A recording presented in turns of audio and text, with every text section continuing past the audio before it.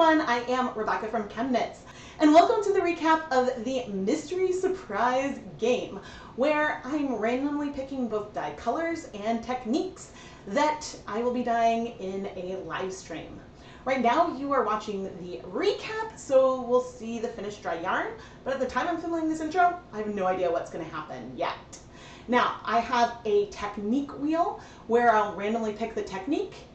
And I also have a wheel that has all of the Dharma acid dye colors I have in my collection. So I will be spinning this to randomly select colors. Let's pick our first colorway. Oh man, I don't know what I'm hoping for. I guess I'm hoping for something that maybe will take a while, like Twisted Skeins. Or something that would be really short, like yarn, well, maybe not yarn, like Ziploc bag or shoebox. I think that's what I'm hoping for. But let's see. That's really soft. Oh no! Well, okay, this is awesome. This technique is awesome, but it's totally off screen. How can I fix that? There we go. Okay, I think I fixed that. Okay, it's a one-layer tonal, so the three colors we pick, we're going to mix together and make a tonal. This is perfect for the first kind of colorway. So now, let's pick the colors, and hopefully the colors will pop up. All right, so for colorway number one, we're going to be making a tonal. And I can mix these colors at any proportion, but we'll see. And of course, that also, well, it's, I guess, too long, but the first color is 415, Midnight Blue. So we've got our first color, Midnight Blue. And I'm gonna hide the choice, which is what the chat requested. Let's see the second color. Midnight Blue is really, really pretty. And I actually have a lot of that in my stash. Woo! Olive Brown. This could be interesting because Olive Brown breaks. We're gonna spin one more time. I know this is gonna be interesting because we'll have to decide like what proportions we want to mix them. Let's see what our last color is going to be. I don't know what I'm hoping for. Extreme Blue.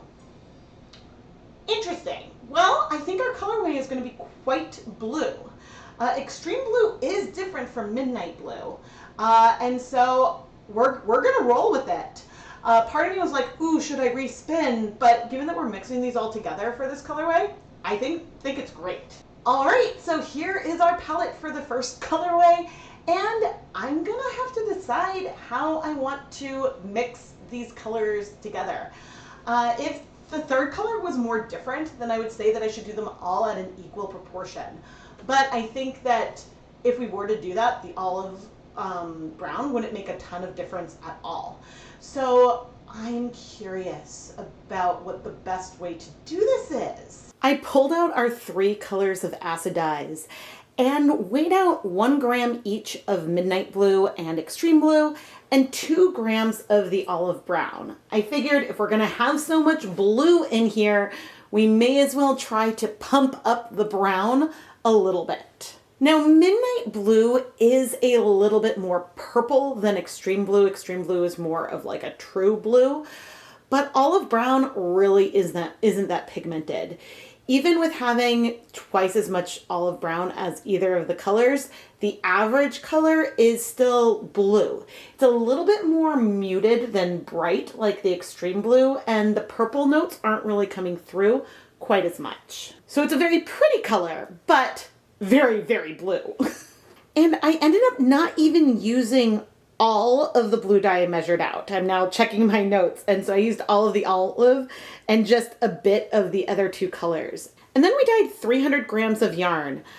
We dyed a skein of Crazy 8 DK, that's 100% superwash merino, Swish worsted, which is also 100% superwash merino, and then a superwash merino cashmere nylon blend. And I added all of the yarn cold, no acid, to our dye bath, let it sit, then added some acid, and then I heated up the dye bath until all the colors absorbed. The finished yarn is really, really beautiful. With our superwash merinos, the 100% superwash merinos on the top and the bottom being slightly more pigmented than our superwash MCN. But if you zoom in, you can see some hints of green underneath the blues in the Crazy 8. This is super subtle, but very, very beautiful.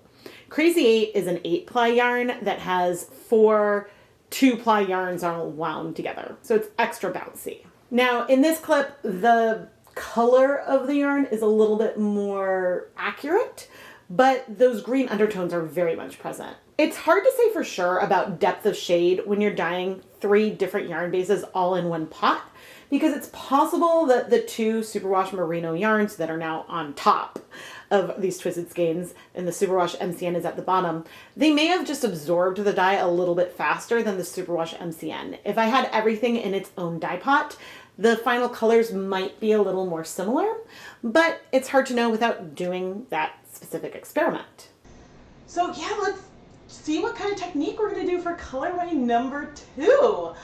I am really excited, and we know we're going to have multicolored this time because it can't also be, well, I suppose we could have layered 3 times tonal.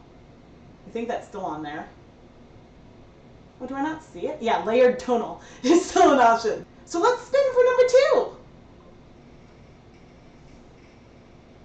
2. Who is it? Ooh, space dyed. Oh, this is fun. Oh, this is so fun. Oh man, I wonder. Ooh, because see, shoebox on here is an option, which that is a space dyeing technique. It's just you move it through. It's not the technical shoebox, but a lot of there's intersections. So we could do shoebox, but let's see what colors we get and then decide how we want to do this, because we might end up saving this for when I have the hot plate out. All right, let's spin for our first color. I don't know which one I want. Maybe I want something that breaks. That would be really fun. Ooh, cherry bomb. This doesn't break. Let's see what the next color is. I could always go for 4 colors if I really wanted, but we'll see what we get. Ooh, teal green. Okay, okay. Now see, depending on the technique, those would blend in a very interesting way. All right, let's see. We're gonna hide the choice, and then the final, well, probably the final color. Oh man, what do I want? Ooh, like a navy would be fun. Ooh, persimmon. Okay, hopefully I can find that. I don't know if I've ever used that color before. If I don't have that, then I might have something else. I'm trying to remember. I just did a swatching all my oranges video, and so yeah. Okay, I'm envisioning leaning into these warm tones is what I think I want to do. Okay, so I have no idea how these colors will blend, but I think that we can end up with something really, really cool. At least I hope. The first thing I did when I pulled out the 3 colors was swatch a little bit of the powder on a damp paper towel, because I really don't think I'd ever used the persimmon dye before. And the colors are really pretty together, and I think if this was something variegated, it would be a lot easier for me to think of what to do. But while I was sort of swatching out the powders, I also layered some on top of one another. And the color that kind of combined was a lovely brown that worked with the color palette really nicely. And so it wasn't going to be a big deal if we ended up with brown, because I don't think in the recap I've mentioned the rules for the color challenge. There's not really any rules. I just have to use the colors that I pull at any proportions that I want, and blending is okay. I decided I wanted to dye the skeins twisted in a pot, so that way there would be a little bit of resist from the twist as we added the colors in a very fun space dyeing way. So I started off with a layer of the persimmon color. To dye just a tonal layer, so that way rather than white peeking through, we would have some of this, I mean, it's more peach than cream, but we would have this color peeking through. I did dissolve 1 gram of each of the 3 colors, but I don't think I used all of it. Now, when I poured the other colors onto the yarn, everything disappeared. It became very, very dark. and I did not know what would happen, but I had to trust the process. You could see a lot of browns because I knew the colors would mix brown, but there are hints of like a green, orange, and more burgundy undertone to the yarn in the pot, and I thought that was cool. And then when you lifted it up, you saw some of that pastel persimmon down there. The whole way these colors work together is very fall-like and honestly was super exciting. I feel like my cell phone camera picked up the colors as very yellow from those photos I showed previously. Now with more control over the light, you can see some of the warmth of the peach tone we have in the under layer. And you can feel more of that warmth throughout all the yarn. We dyed 3 different skeins of yarn again, and they were all 100% superwash merino. The colorways are not what I would call symmetric or repeating. There are differences if you flip the yarn over. And in some areas, it almost feels glazed. You can see some brown with some of that more peach persimmon color peeking through. And same on top of some of the red, which is really exciting. I'm not sure which of the colors in here was striking fast to the outer layer, so I don't know if I could replicate it easily, but maybe it's the teal. I don't know. Ultimately, each of the 3 colorways are quite different, even though they were dyed in the same pot. I mean, you could use them all in one project. That would not really be an issue, but this is the type of colorway where I'd recommend alternating skeins because even though it was one pot, technically, they're kind of different dye lots. I do really like the way that these 3 colors came together, and I would like to play around with this color combination more in the future. All right, let's spin for number 3. I kind of want dip dyed, I think. I kind of don't want yarn mop because we've had that in, I think, at least the very last one, but we'll see. We'll see what we get. Oh man. Ooh, low immersion, low immersion. Okay, fun, fun.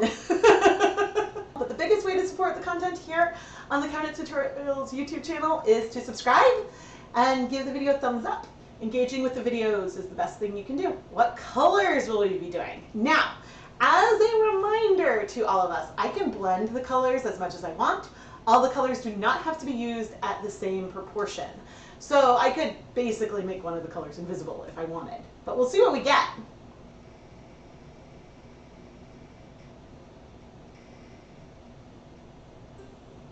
Vanilla cream, okay.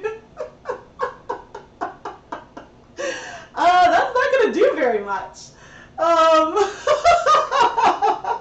I'm hoping we don't get champagne or soft tan. Let's see. Vanilla cream can be very yellow, though.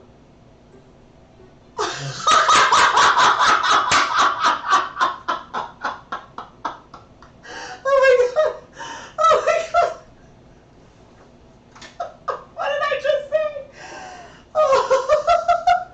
Okay, but you know what? Vanilla cream and soft tan are quite different. So it can be pretty. It's just going to all be about proportion. It's all going to be about proportion. I can't believe it. I might do 4 colors.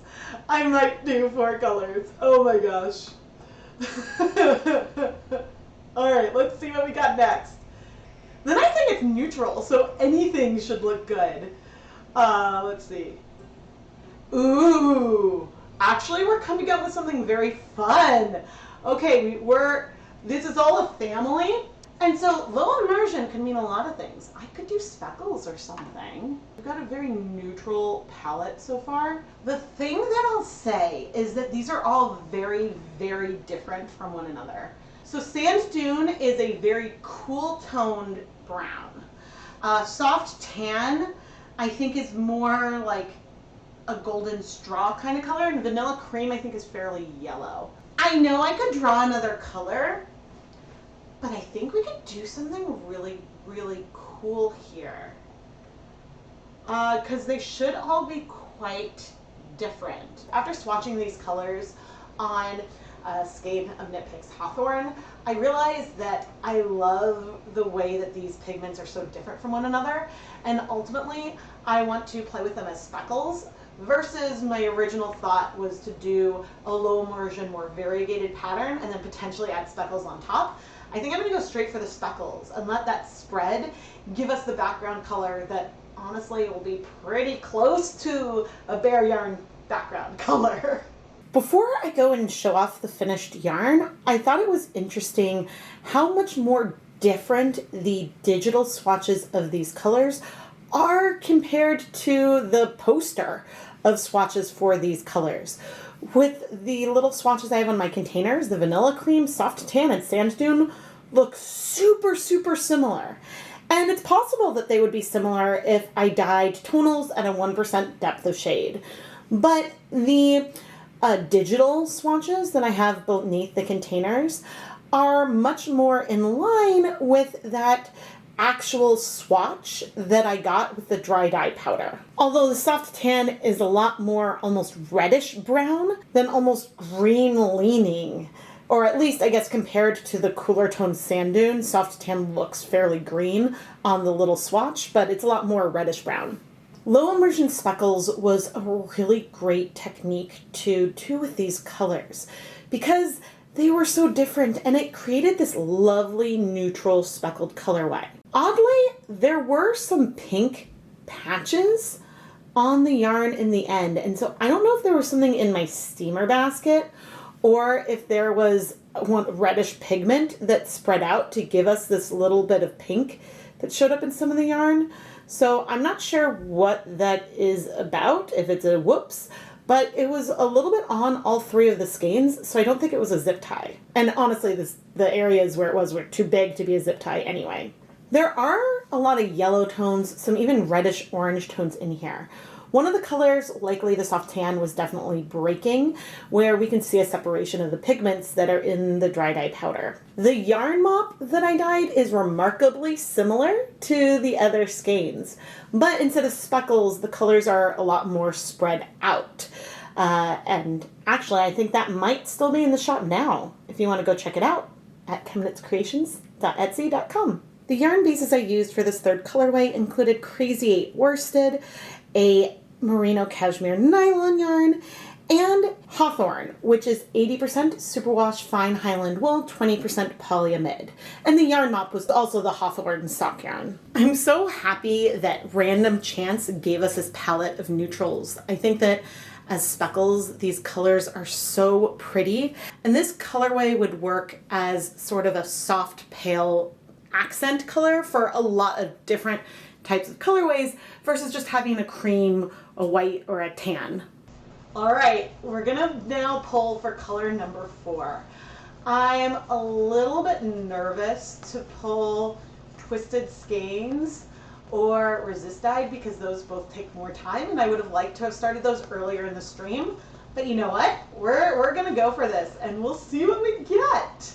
Okay, cross your fingers for me. Although maybe we'll end up with like a bunch of beige again. And because I said I didn't want something, that's what we'll end up with. Speckled! Oh shoot, I didn't ask if I should remove that. Oh my gosh, I'm really, really excited that I pulled speckled, but I'm doing speckled right now. Oh my gosh, I guess I'm gonna have to pull the chat.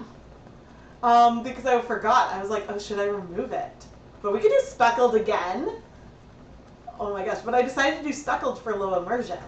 So we could do a different kind of speckled for sure. We could do like citric acid speckles and do something that's like heavier speckled and move the yarn around a lot. So there are, even if I'm doing hot, there's different ways that we could do speckled. So we could still do this, right? All right, I was talking with chat. I had meant to remove speckles, but since we got it, we're gonna go with it and we're gonna do something different with the speckled colorway. It'll still feel speckled in the end, but we'll see what colors we pull. That'll help me decide what to do. All right, let's see. What's our first color gonna be? Oh man, give me something that breaks. This doesn't break. This is Alpine Blue, and it's hilarious because I use this color so much lately. Oh my gosh, and I almost already had citric acid speckles with this color ready to go. Oh my gosh. All right, let's see what's next. Pink would be awesome. Which gonna be sunflower yellow. Okay, those go really nicely together. Alpine blue is one of my favorite colors, but I literally just did a leave no dye behind to use up some leftovers that I had of it. All right, our third color. Oh man, it could be almost anything and still be really fun. Ooh, that is a different direction. Oh my gosh.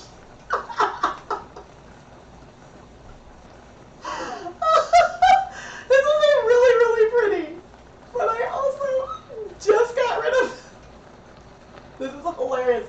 I love it though. I love it. This is giving us like a good primary vibe here. I think that we could get some really cool blends of the way that these colors go on the background. I'm really excited to see what we come up with. It might be very reminiscent to a colorway I did for Clinica many years ago, but we'll see what we come up with.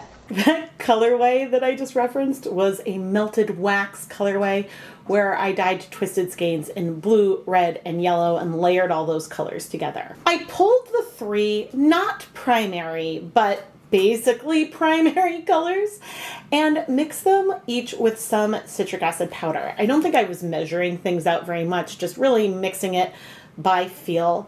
And I believe that I added the colors to some tiny little spice jars that I like to use for speckling. I wanted to go with citric acid speckles because I had just done a speckled colorway and I wanted the techniques to feel somewhat different. I wanted to layer the speckles on pretty heavy, and I started with just our cayenne, our sunflower, and our alpine blue. And you can see that sunflower is not as bright as, say, a primary yellow, even though I believe it is listed as a primary on Dharma. And the cayenne is much more orange of a red compared to like a fire engine red. But I wanted to try to then mix these colors together to see if we could blend them and create some secondary colors here. And this worked much better than I anticipated. Sure, there is breaking within these colors, specifically with the purple. This one did not work as well as the others. If we look at the closer at the purple speckles, you see a bunch of red and a bunch of blue. And so the purple comes from just your eyes blending those together. But this did work, and it made me curious about playing around with this mixing speckles technique more in the future. The three yarn bases I dyed in this colorway were Crazy 8 worsted, Swish DK, both again are 100% superwash merino, and then Surefoot sock yarn, which is 40% superwash wool, 40% kid mohair, 20% polyamide. As we go through and check out the different colors, you can see that there's some overlay of some of the speckle colors. Like there are some yellow in that purple. Within the green, you really feel the blue and the yellow very much all the way throughout. But we did get a noticeable more orange, a green, and something purple adjacent. This colorway is a speckly rainbow. Yes, you can see a softness from the color spread when you pull back, but the speckles are very much present as you look all around the skein. And this technique kind of blew my mind because I had tried to mix colors to create my own blend, expecting to get broken speckles. And I was surprised at one point because I'm like, wait, this didn't work the way I thought. Why am I not seeing all these individual colors? But I don't think in my head, even with making my muck dye and getting that custom blend of speckles, I don't think it occurred to me that, oh, of course, I can mix my own acid dye blends and therefore mix my own speckle colors and not even necessarily considering what breaks. And I have investigated this in an episode of Dye Pot Weekly already, and I plan to play around with this more in the future because imagine, gosh, maybe we can make like a deeper burgundy color speckle if you don't have one with mixing reds and blacks or something. I mean, any blends you make could break. You could see that separation into the different pigments. But suddenly, just like you can mix your own colors with liquid dyes, this is opening up other possibilities that I don't know why it's taken me so long to really focus and play around with this. And so here we have the 4 different colorways I created that we pulled from chance. And we pulled them from chance in 2 different ways. One, I pulled for the technique, and we got mixing them all together for a tonal, space dyeing, low immersion, which I decided to do as low immersion speckles, and then Speckles, which was also a low immersion speckle technique, but I did it differently and the colors look very different. And I am pleased to note this is not all green. We've had very green heavy results in past mystery surprise live streams. But I absolutely adore these colorways, and I know that I'm going to be coming back to, I think specifically the color combination from number 2 again in the future. I adore the way those blended and that brown that we got there. It's gorgeous. I am Rebecca from ChemKnits, and please subscribe and turn on notifications so you never miss a new video. I live stream at least once a month. Sometimes they're unboxings, sometimes yarn dyeing live streams, but then I also have pre-recorded videos that I release on a weekly basis. As we enter October 2023, my schedule is a little lighter than normal. I'm still getting back on my feet after taking a break for personal reasons. And so I don't know how much longer we're going to be on a lighter, mostly 1 video a week schedule versus going back to 2 videos a week every single week, but I am working on it. So please hang tight. Normally, when I do a non-ChemKnits dye-along live stream, I try to have the recap out a week or so later, and this is months later, and so I'm sorry that you had to wait so long, and I know I'm posting this in a regular Dye Pot Weekly slot, but it's a longer video, there's a lot of editing, and I think it's a pretty fun recap of this fun mystery surprise live stream. And so I plan to play around with these games more in the future. I really hope you liked it, and I'm excited to see what we get. Thank you so much for watching.